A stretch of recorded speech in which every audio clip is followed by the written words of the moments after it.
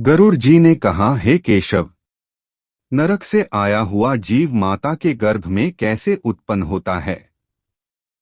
वह गर्भवास आदि के दुख खून को जिस प्रकार भोगता है वह सब भी मुझे बताइए।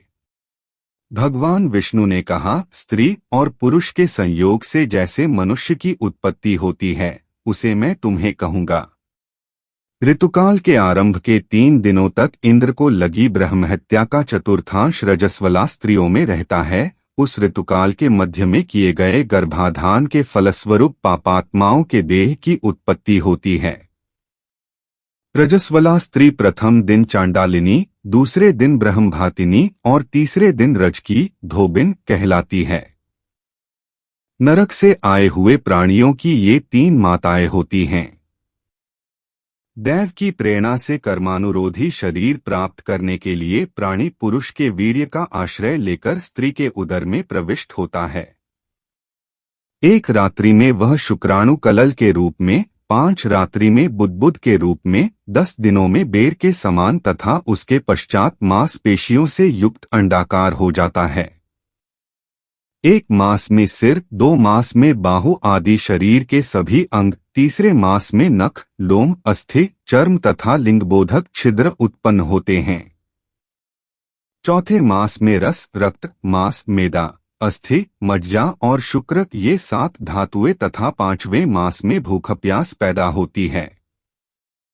छठे मास में जरायु में लिपटा हुआ वह जीव माता की दाहिनी कोख में घूमता है और माता के द्वारा खाए पिए अन्नादि से बढ़े हुए धातुओं वाला वह जंतु विष्ठामूत्र के दुर्गंधयुक्त गड्ढे रूप गर्भाशय में सोता है। वह गर्भस्थ क्षुधित कृमियों के द्वारा उसके सुकुमार अंग प्रतिक्षण बार बार काटे जाते हैं, जिससे अत्यधिक क्लेश होने के कारण वह जीव मूर्छित हो जाता है।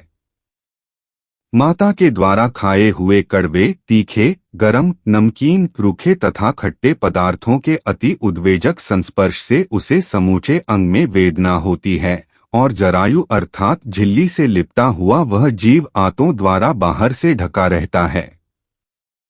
उसकी पीठ और गर्दन कुंडलाकार रहती है। इस प्रकार अपने अंगों से चेष्टा करने में असमर्थ होकर भी वह जीव पिंजरे में स्थित पक्षी की भांति माता की कुक्षी में अपने सिर को दबाए हुए पड़ा रहता है। भगवान की कृपा से अपने सैकड़ों जन्मों के कर्मों का स्मरण करता हुआ वह गर्भस्थ जीव लंबी श्वास लेता है। सी स्थिति में भला उसे कौन सा सुख प्राप्त हो सकता है? मांस, मज्जा आदि 7 धातुओं के आवरण में आवृत वह ऋषिकल्प जीव भयभीत होकर हाथ जोड़कर विकल वाणी से उन भगवान की स्तुति करता है जिन्होंने उसको माता के उदर में डाला है। 7वें महीने के आरंभ से ही सभी जन्मों के कर्मों का ज्ञान हो जाने पर भी गर्भस्थ प्रसूति वायु के द्वारा चालित होकर वह विष्ठा में उत्पन्न सहोदर उसी पेट में उत्पन्न अन्य कीड़े की भांति एक स्थान पर ठहर नहीं पाता। जीव उवाच, जीव कहता है, मैं लक्ष्मी के पति, जगत के आधार, अशुभ का नाश करने वाले तथा शरण में आए हुए जीवों के प्रति वात्सल्य रखने वाले भगवान विष्णु की शरण में जाता हूँ। हे नाथ, आपकी माया से मोहित होकर मैं देह में अहभाव तथा पुत्र और पत्नी आदि में ममत्व भाव के अभिमान से जन्म मरण के चक्कर में फंसा हूँ। मैंने अपने परिजनों के उद्देश्य से शुभ और अशुभ कर्म किए, किंतु अब मैं उन कर्मों के कारण अकेला जल रहा हूँ। उन कर्मों के फल भोगने वाले पुत्रक्लत्रादि अलग हो गए। यदि इस गर्भ से निकलकर मैं बाहर आऊं तो फिर आपके चरणों का स्मरण करूंगा और सा उपाय करूंगा जिससे मुक्ति प्राप्त कर लूं। विष्ठा और मूत्र के कुएं में गिरा हुआ जठराग्नि से जलता हुआ एवं यहाँ से बाहर निकलने की इच्छा करता हुआ मैं कब बाहर निकल पाऊंगा? जिस दीनदयाल परमात्मा ने मुझे इस प्रकार का विशेष ज्ञान दिया है, मैं उन्हीं की शरण ग्रहण करता हूँ जिससे मुझे पुनः संसार के चक्कर में न आना पड़े। अथवा मैं माता के गर्भगृह से कभी भी बाहर जाने की इच्छा नहीं करता, क्योंकि बाहर जाने पर पाप कर्मों से पुनः मेरी दुर्गति हो जाएगी।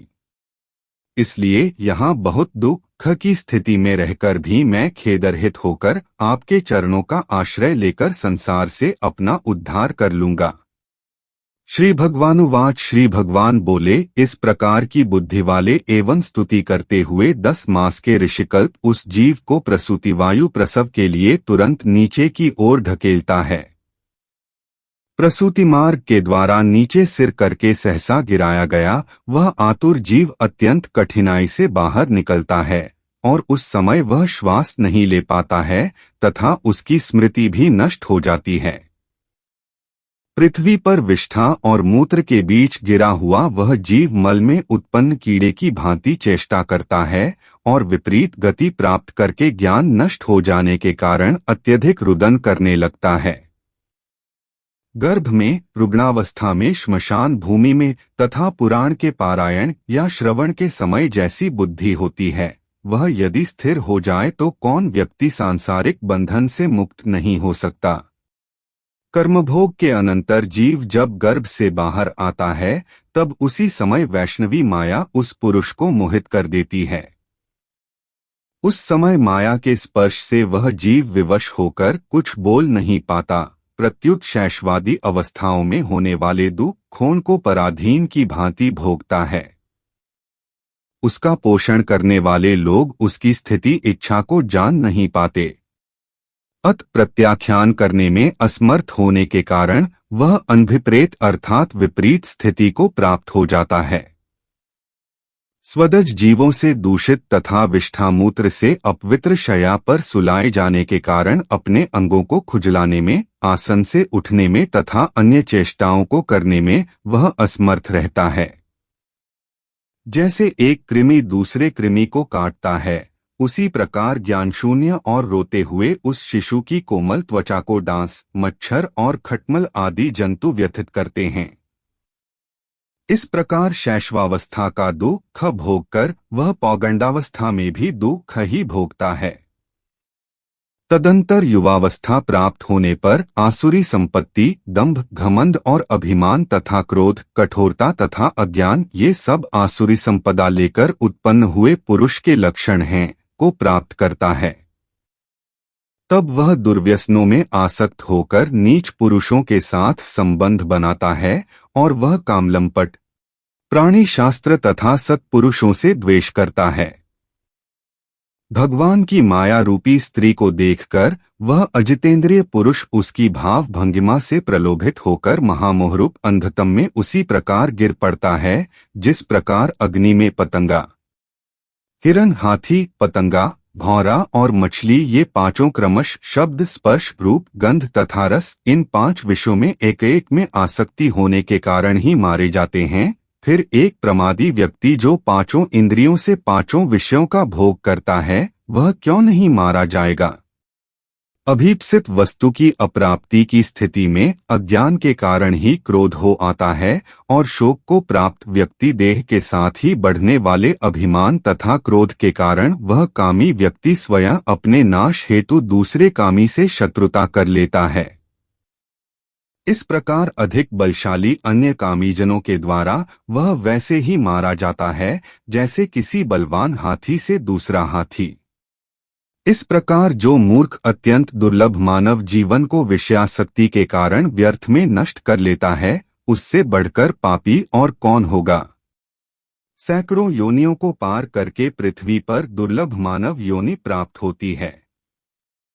मानव शरीर प्राप्त होने पर भी द्विजत्व की प्राप्ति उससे भी अधिक दुर्लभ है। अतिदुर्लभ द्विजत्व को प्राप्त कर जो व्यक्ति द्विजत्व की रक्षा के लिए अपेक्षित धर्म कर्मानुष्ठान नहीं करता, केवल इंद्रियों की तृप्ति में ही प्रयत्नशील रहता है, उसके हाथ में आया हुआ अमृत स्वरूप वह अवसर उसके प्रमाद से नष्ट हो जाता है। इसके बाद वृद्धावस्था को प्राप्त करके महान व्याधियों से व्याकुल होकर मृत्यु को प्राप्त करके वह पूर्ववत महान दुखपूर्ण नरक में जाता है।